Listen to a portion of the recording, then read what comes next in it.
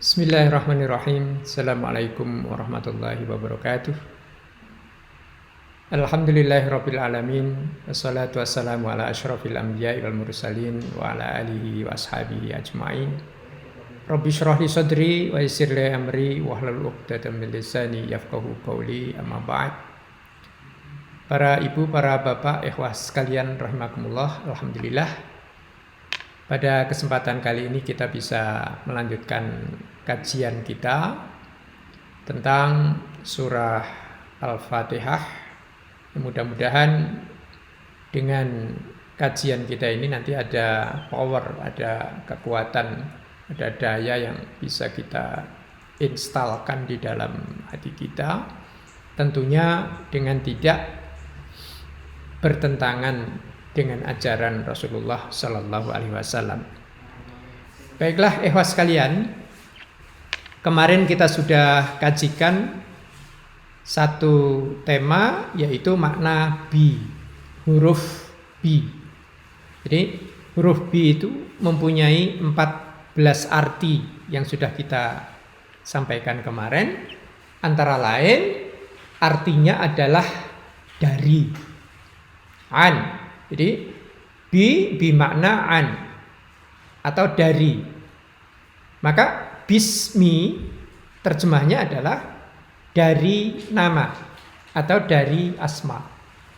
Kemudian yang berikutnya adalah atas nama.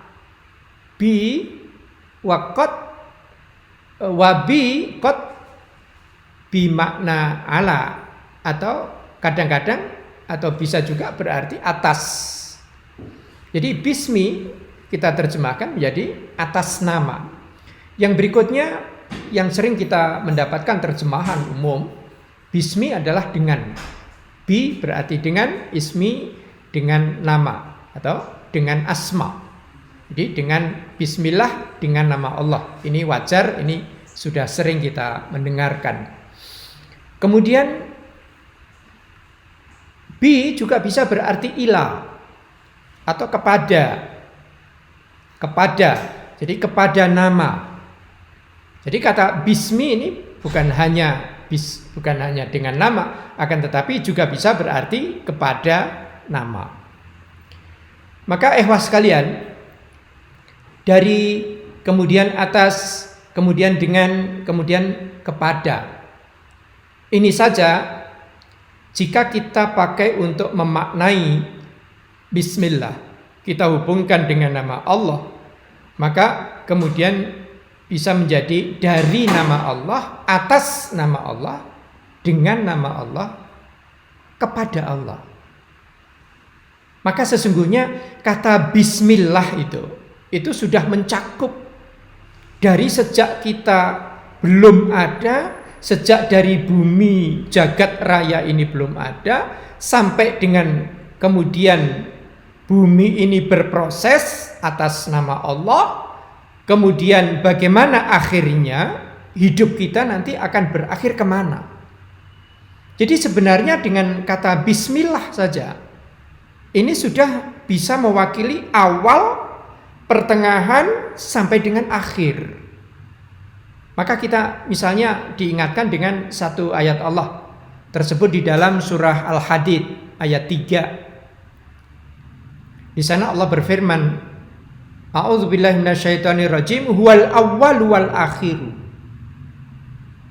Maka sesungguhnya dengan bismillah saja ini sudah memberikan arti kepada kita bahwa saya mengawali, kemudian nanti saya juga akan mengakhiri. Sekarang ini saya hidup, kemudian nanti saya juga harus mati. Bumi langit ini ada sekarang, kemudian nanti akan hilang. Wal awwal wal akhiru, dialah yang awal dan dialah yang akhir. Jadi Allah ini siapa? Allah ini adalah yang awal dan Allah ini yang akhir. Ya, kita ini ada di antara keduanya.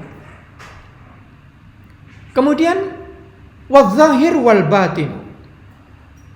Jadi ketika kita mengatakan bismillah, maka kita berinteraksi, maka kita ini melakukan satu usaha dalam pengawasan siapa? Pengawasan al-zahir wal batin. Allah itu tahu. Wa huwa bikulli syai'in alim. Ya, kadang-kadang kita sederhana sekali itu. Kata bismillah itu sering sederhana. Mau naik kendaraan bismillah. Ketika akan melakukan kita akan makan bismillah. Kita akan melakukan pekerjaan apa, bismillah. Hanya sayangnya bahwa selama ini kita masih belum sampai setinggi itu atau sedalam itu memaknainya. Bahwa kata bismillah ini mempunyai konsekuensi apa? Punya konsekuensi tauhid kepada Allah. Ada konsekuensi permohonan kepada Allah supaya Allah itu ikut berinteraksi, ikut di dalam proses kita melakukan sesuatu itu. Kenapa? Sebab ini kita lakukan atas nama Allah. Kita mohon kepada Allah supaya apa? Supaya Allah itu bersama-sama dengan kita. Kapan? Ketika kita melakukan perbuatan baik itu. Maka kemudian ketika kita melihat pada surah At-Taubah ayat 105, ini di pertengahannya ini. Allah berfirman, wa qul i'malu fasayarallahu a'malakum wa rasuluhu wal mu'minun. Sudah, kerjakan saja kalian. Kalian bekerjalah. Berbuatlah kalian. Lakukan sesuatu yang baik. Fasayarallahu a'malakum. Allah pasti akan lihat. Allah akan lihat pekerjaan kamu itu. Begitu juga Rasulullah. Rasulullah akan menyaksikan pekerjaan kamu itu. Begitu juga orang-orang mukmin. Jadi dalam hal ini sekalian, apapun yang kita lakukan, ini sebenarnya tidak terpisah dari pengawasan Allah. Mohon maaf. Bapak-bapak misalnya, bapak-bapak petugas kepolisian, menjaga bagaimana supaya SIM itu berjalan dengan baik administrasinya. Ingat, di situ Allah melihat. Kemudian Pak Dokter barangkali dosen mengajar, kemudian tukang kayu membuat pesanan. Kemudian kawan-kawan yang ada di herbal misalnya. Kemudian makanan bagaimana supaya awet, maka kemudian dikasih pengawet misalnya. Hati-hati. Fasayarallahu amalakum wa rasuluhu wal mu'minun. Pernah satu ketika ada cerita ini. Satu ketika Imam Ahmad bin Hambal ini diundang oleh seorang pemuda untuk datang ke rumahnya karena anak muda ini menginginkan ada kepentingan kepada Imam Ahmad bin Hambal ini. Begitu Imam Ahmad ini datang di rumah pemuda ini. Kemudian tiba-tiba pemuda ini mengatakan, Imam, saya tidak jadi punya kepentingan dengan Anda. Gitu. Silakan kalau mau pulang. Kemudian pulanglah Imam Ahmad itu. Kemudian begitu sampai di rumah dipanggil lagi oleh anak muda itu. Datang lagi Imam Ahmad. Dan lagi-lagi si anak muda ini mengusir dengan cara halus lagi. Itu berulang sampai 3 kali. Saya tidak bisa membayangkan itu. Imam Ahmad bin Hambal itu orang ulama besar. Ulama besar. Akan tetapi dengan ringannya kembali lagi pulang ke rumahnya, kembali lagi ke anak muda ini. Mohon maaf, anak muda ini sama sekali bukan apa-apa. Bukan bandingannya itu, bukan makom beliau untuk datang. Tapi ketika kemudian Imam Ahmad itu ditanya, Imam Ahmad, oleh anak mudanya ini, kok Anda kok seperti tidak merasa apa-apa gitu? Saya begini kan kok seperti merasa tidak ada apa-apa itu. Tenang sekali, tenang. Imam Ahmad itu tenang sekali. Seperti tidak merasakan apa-apa. Tidak ada tanda-tanda kesedihan di wajahnya. Anak muda ini kemudian heran. Bagaimana Imam Ahmad, Anda bisa seperti itu?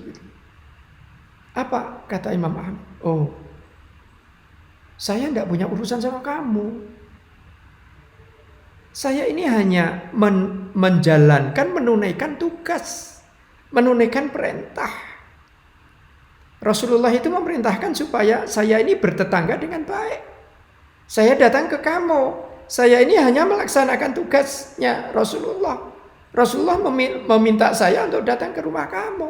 Untuk apa? Untuk menjalin ketetanggaan yang baik. Saya nggak ada urusan sama kamu. Ketika saya pulang pun sama. Ini tugas. Jadi konsentrasi saya tidak ke kamu. Konsentrasi saya ini kepada Allah dan kepada Rasulullah. Selesai. Jadi demikian. Sekalian. Jadi pengaruh dari bismillah. Ketika bismillah itu kita ucapkan, maka kita ada permohonan kepada Allah. Supaya Allah berkenan untuk mengintervensi pekerjaan kita. Niat kita juga hanya untuk supaya diridhoi oleh Allah Ta'ala. Maka kemudian ayat ini ditutup oleh Allah Ta'ala. وَسَيُرَدُّونَ إِلَىٰ عَالِمِ الْغَيْبِ وَالشَّهَادَةِ. Dan kalian nanti akan dikembalikan kepada yang mengetahui barang yang gaib, yang mengetahui barang yang nyata. Fayunabbi'ukum bima kuntum ta'malun, maka kalian nanti akan dikasih tahu bima kuntum ta'malun, tentang apa yang kalian pernah lakukan dulu di dunia. Itu nanti akan Allah kasih tahu semua. Jadi mohon maaf kalau hanya karena manusia saja, terlalu kecil, terlalu remeh. Kalau niat hati kita, motivasi kita melakukan sesuatu kebaikan, maaf ini hanya karena manusia saja, maaf terlalu remeh, terlalu kecil itu. Inilah makna bismillah. Ini kita baru bismi. Kemudian sekalian, pada akhirnya nanti semua akan dikembalikan kepada Allah. Wasaturadduna ila alimil ghaibi wasyahadah. Kemudian pada ayat lain, pada surah An-Nahl ayat 96, Allah lebih tegas lagi di sana. Ma indakum yanfadu wa ma indallahi baq. Apapun yang ada di sekelilingmu, apapun yang ada di sisimu, itu yanfad. Habis, hilang, musnah. To fade, to be fade. Wa ma indallahi baq. Dan apapun yang ada di sisi Allah itu nanti, itu yang nanti akan kekal abadi. Jadi ketika kita minum, ketika kita makan, kita mulai driving, kita coba setir dengan keluarga untuk kemana, melakukan pekerjaan rutin kita. Maka jangan sampai ada ruh yang hilang dari kata bismillah itu. Maka bismillah ini berarti apa? Bismillah ini berarti mengakui bahwa diri kita ini berasal dari Allah. Kita ini tidak punya apa-apa, kita ini tidak punya modal apa-apa. Bumi dan langit ini juga pemberian Allah. Ya, kemudian kita berproses di situ, berproses berinteraksi dengan alam. Kemudian kita melakukan sesuatu di situ. Untuk apa? Untuk mencari ridha Allah. Untuk mencari nilai dari Allah Ta'ala. Kemudian akhirnya nanti apa? Akhirnya nanti kembali lagi kepada Allah. Sehingga pada akhirnya nanti Allah akan ngasih tahu nilai kita berapa. Selama kita berkarya, selama kita berprestasi, mencetak prestasi di dalam kehidupan kita itu. Ini baru bismillah sekali. Jadi kalau kita sudah mengatakan atas nama Allah, maka kita tidak bisa main-main. Sebab atas nama Allah itu mesti harus bagus. Mohon maaf sekedar untuk ilustrasi saja. Kalau Bu Sri Mulyani ke Prancis kemudian menandatangani IMF, maka itu bukan Sri Mulyani, akan tetapi mewakili siapa? Mewakili presiden atas nama presiden. Saudara-saudara kita anggota dewan itu atas nama rakyat. Nah sekarang kalau atas nama rakyat saja harus melakukan yang terbaik, atas nama presiden saja harus dengan yang terbaik, bagaimana dengan atas nama Allah? Maka kita tidak berani sesungguhnya untuk melakukan sesuatu yang main-main di situ. Maka inilah sikap, insya Allah, sikap profesionalitas itu nanti akan bisa terbangun. Mula-mula dari mana? Mula-mula dari bismillah ini. Sekalian, ketika bismillah ini kita konfirmasi dengan ayat-ayat Allah yang lain, pada surah Al-Hasyr misalnya, pada ayat yang ke-22, di sana Allah memperkenalkan diri, siapakah Allah itu? Huwallahu alladzi la ilaha illa huwa alimul ghaibi wasyahadah. Jadi Allah ini siapa? Allah ini adalah zat, Allah ini adalah Tuhan sesembahan, Rabb yang tidak ada sekutu baginya. Dia yang mengetahui yang gaib dan yang nyata. Dia yang mengetahui virus, dia yang mengetahui di bawah virus. Dia yang mengetahui apa yang tidak bergerak di dalam bumi dan apapun yang bergerak di atas langit sana. Huwar Rahmanur Rahim. Ar-Rahman yang sifat pemurahnya itu akan dia berikan kepada siapa? Kepada siapapun. Kepada makhluk siapapun yang taat ataupun yang tidak taat, kepada yang sholat ataupun yang tidak sholat. Ini karena sifat rahmannya Allah. Dasarnya adalah sunnatullah. Siapa orang yang rajin, maka dia akan mendapat. Man jadda wajada, siapa orang yang bersungguh-sungguh, dia pasti akan dapat. Ini sunnatullah, baik itu dia sholat atau tidak sholat. Sifat Rahman Allah. Man sara ala darbi wa shala, siapapun orang yang berjalan di atas jalannya, di atas caranya, dia pasti akan sampai. Caranya untuk menjadi ahli kuliner bagaimana? Ya belajar di situ. Ada caranya di situ. Ada jalan yang harus ditempuh di situ. Maka siapapun yang berjalan di atas jalannya, dia pasti akan sampai di situ. Ar-Rahim, Ar-Rahim ini siapa? Ar-Rahim ini adalah sifat kasih sayang Allah yang akan dia berikan kepada khusus kepada ya ayyuhalladzina amanu, kepada orang-orang yang mukmin saja. Jadi kalaupun di dunia ini kita misalnya kita tidak mendapat apa-apa atau belum mendapatkan apa-apa, Allah akan memberikan semuanya itu nanti. Di mana? Di jannahnya. Itulah sifat rahim Allah. Jadi sifat rahim Allah ini khusus. Khusus untuk siapa? Khusus untuk orang-orang yang taat. Yang jika di dunianya itu belum sepenuhnya mendapatkan bagian, belum penuh mendapatkan bagiannya, maka akan diberikan penuh oleh Allah Ta'ala kelak di hari kiamat. Itulah Allah Ta'ala di dalam surah Al-Hasyr ayat 22. Kemudian pada ayat 23-nya Allah melanjutkan, huwallazi la ilaha illahu wal maliku al-quddusu as-salamul mu'minul muhaimin. Allah itu al-malik. Allah itu penguasa. Allah itu yang menguasai jagat raya ini. Allah itu yang kudus. Kudus itu yang maha suci. Jadi kesucian itu asalnya dari Allah. Assalam, keselamatan, kesejahteraan itu juga dari Allah.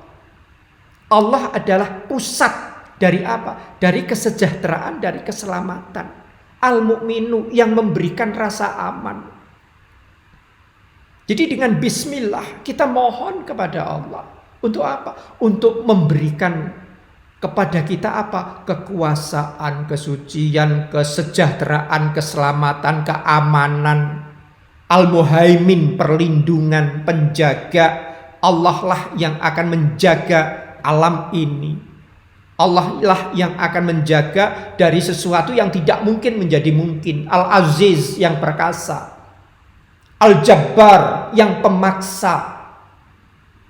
Allah itu jika mempunyai kehendak, maka selesai. Selesai. Allah menghendaki kun fayakun. Jadi Al-Jabbar, Al-Mutakabbir. Allah itu yang berhak untuk apa? Berhak untuk angkuh, berhak untuk sombong. Maka mohon maaf jika ada orang yang angkuh, orang yang sombong, maka berarti dia menggunakan apa itu? Yalbasu sauballah. Maka sama dengan dia mengenakan saub, pakaian Allah.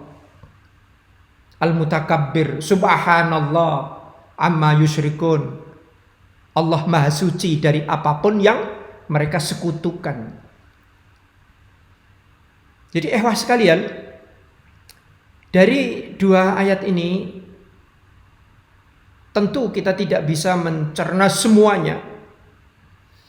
Bahwa ketika kita itu berlindung atau bersandar kepada seseorang, seorang yang mempunyai jabatan, seorang yang katakanlah itu mempunyai keamanan, katakanlah itu orang miliuner, triliun dan sebagainya. Rasanya itu sudah mungkin, rasanya sudah adem.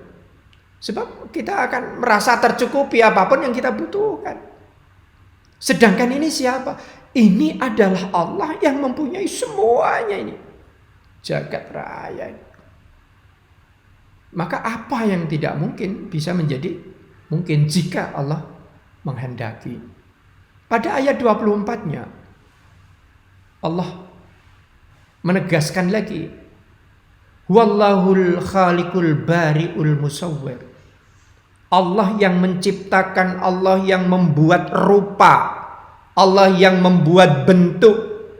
Lahul asmaul husna, yang mempunyai nama-nama yang baik. Ada 99 nama Allah. Yusabbihu lahu ma fis samawati wal ard. Yang apapun yang ada di langit dan di bumi ini bertasbih kepada Allah ini. Wa huwal azizul hakim. Dan dialah yang maha perkasa, lagi maha bijaksana. Jadi kita berlindung kepada siapa? Kita bersandar kepada siapa? Sehingga ketika kita mengatakan bismillah, maka kita bersandar, hati kita mengatakan kita sedang bersandar kepada siapa? Kepada zat, kepada Allah yang menciptakan semuanya ini, yang kemudian nanti juga akan menghabiskan semuanya, yang dengan rahmatnya, dengan fadlnya, maka kita akan diperkenankan untuk masuk ke dalam jannahnya. Insya Allah, sekalian. Kemudian kalau kemudian kita bertanya dari sini, basmalah. Basmalah ini kemudian mempunyai arti apa? Sekarang jika basmalah ini kita gunakan dalam kehidupan kita sehari-hari, basmalah ini bisa untuk membangun apa? Maka saya yakin ini tidak berlebihan. Ada 7 hal itu. Jadi dengan basmalah, bismillah saja, kita sudah akan bisa merasakan keikhlasan di sana. Kita memulai hidup ini dari Allah.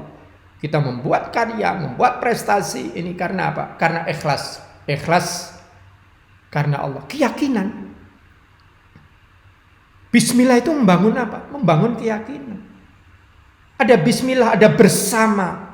Bersama Allah. Malam-malam kita jalan. Ada bersama dengan Allah.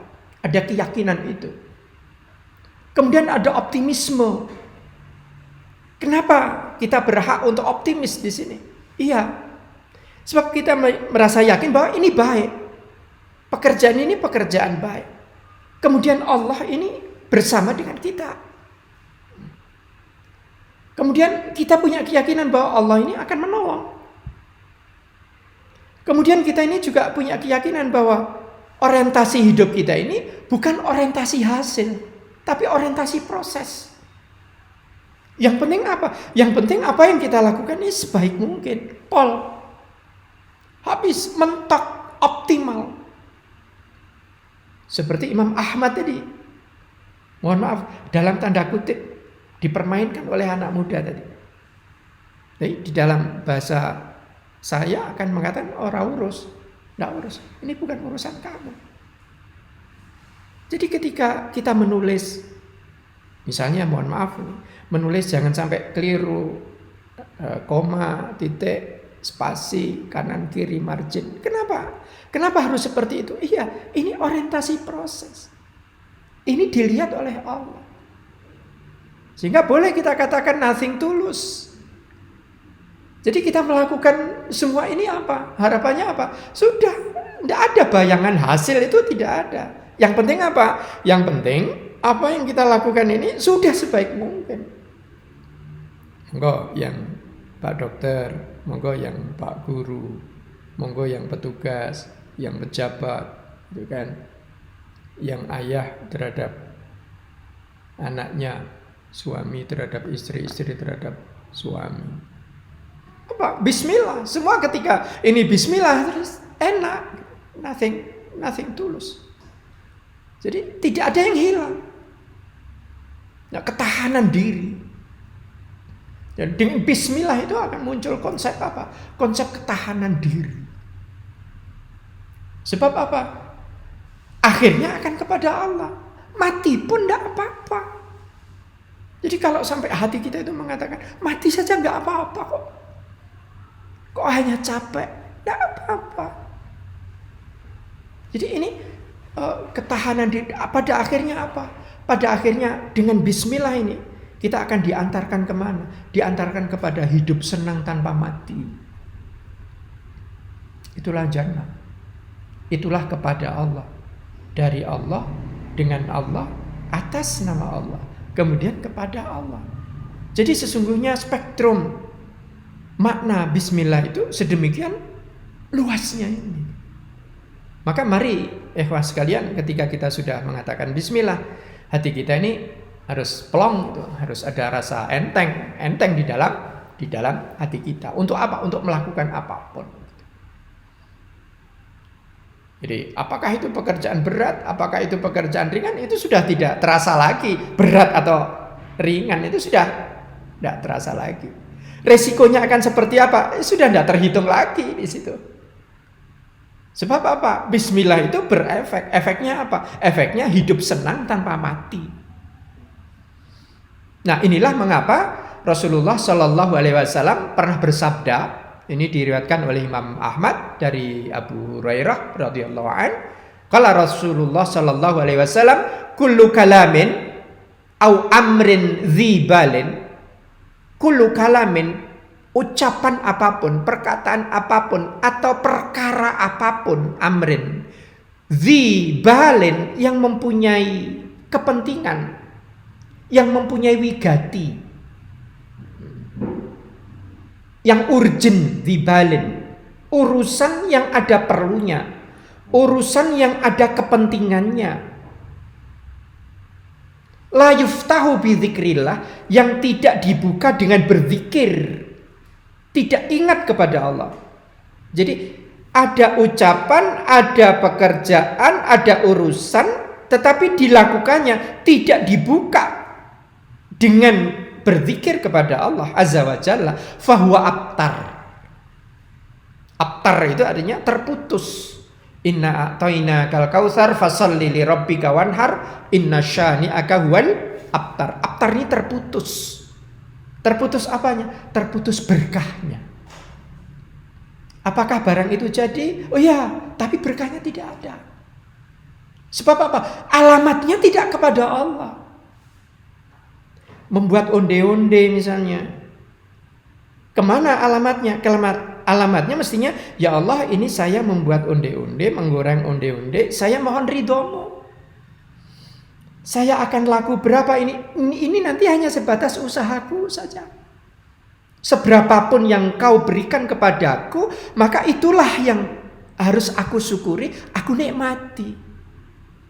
Bukan begitu saja, tanpa niat, tanpa ada bismillah, tanpa ada dalam hati, tanpa ada merasa apa? Merasa berizin kepada Allah Subhanahu wa taala.